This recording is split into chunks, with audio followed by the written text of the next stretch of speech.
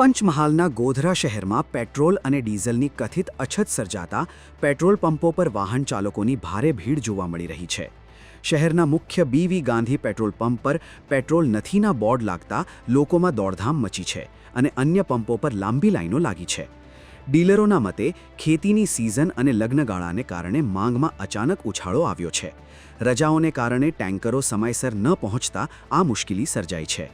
જો કે નવા જથ્થા સાથે સ્થિતિ જલ્દી થાળે પડે તેવી શક્યતા છે। 2 દિવસથી એટલે ખાસ તો શનિ રવિની રજાઓ આવી ગઈ અને ગામડામાં અત્યારે મેરેજની ખૂબ મોટી સિઝન છે, ખેતીની સિઝન છે, એટલે વપરાશ બી વધી ગયેલો છે પેટ્રોલ ડીઝલનો। એટલે હાઈવેના પંપો તથા ગામડાના પંપો પર આનું વેચાણ વધ્યું એટલે પબ્લિકને પરચેઝ કરવાનો બી પાવર છે એ વધી ગયો।